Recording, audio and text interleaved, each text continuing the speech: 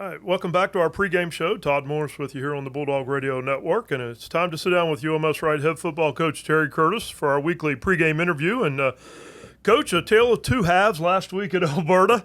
The game was pretty much decided. I thought by halftime we were up 34-0. Then we come out the second half, a couple turnovers. I know you weren't happy with that, but we went on the road, did what we needed to do to get the victory. Well, and I was pleased with the first half. Yeah. I thought we did about what we wanted to.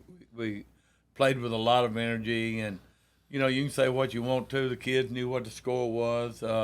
We had several of our starters didn't play in the second half, and played a lot of guys in there that we need to get some film on and some different things. But I was not happy with that we didn't finish the game the right way. We had 2 or 3 turnovers and stuff that we hadn't been doing, and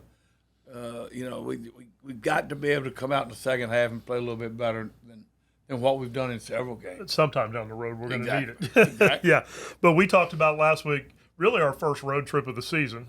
St. Paul's doesn't really count, only going 2 miles up the road. But you feel like the team handled it well, did everything you expected them to do? Well, yeah. I mean, we did like we said. We dressed there.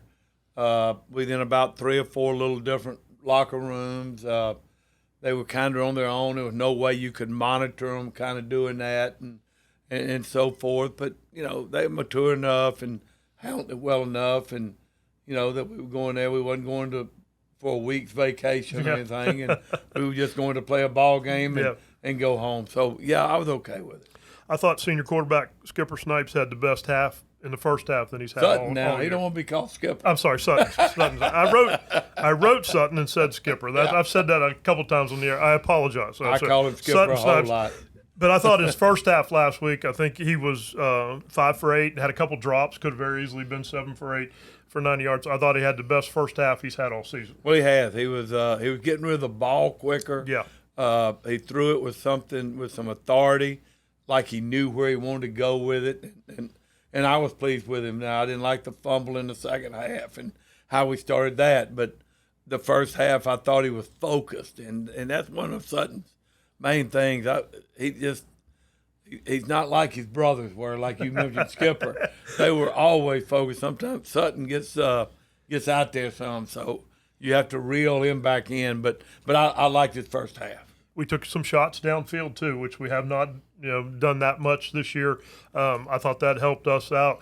But then Cole was cold last week, had another big game. Offensive line, I thought, did a good job too. Well, we got to rest him a half, and that was good. But it was good to see Matthew Hedge. He had a couple drops, but it was good to see him make some big plays.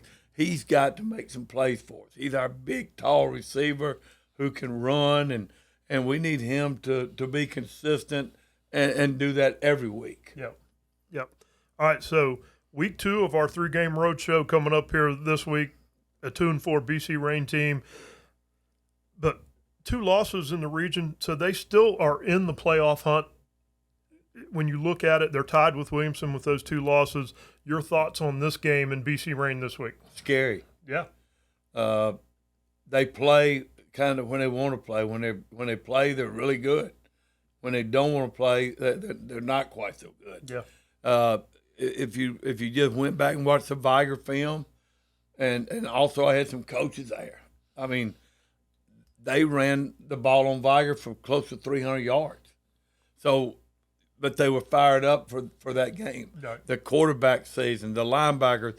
Coach Yelding's been playing 9th and 10th graders, it seems forever. Now they're 10th and 11th graders or 11th graders and seniors. And so therefore they're getting bigger, faster, stronger, smarter, all the things that go with it. So it's a scary game because they are still in the middle of it. Yeah. And we know we're going to get their best shot. And they have some athletes that can make some plays. Yeah, and we're going on the road to play at Alma Bryant. It's basically a road game for both teams, kind of a unique situation. Are we even talking about it? It's probably not a concern for us anywhere, I wouldn't think. Well, it's a away game for us. Yeah. But it's also for them, so it is kind of weird that we're going there, but they're not going to know the surroundings any better because I do not believe they've played a game there all year either. No. So it's going to be a brand new place for them also. But homecoming, there'll be a lot of excitement on their side, and we've got to match it. Kind of a off the subject thing here a little bit. Viger loses to BC Rain back in week 1, and that's probably going to be a deciding factor in them not making the playoffs. Very could be. Yeah, and with 3 losses already in the region. Excuse me.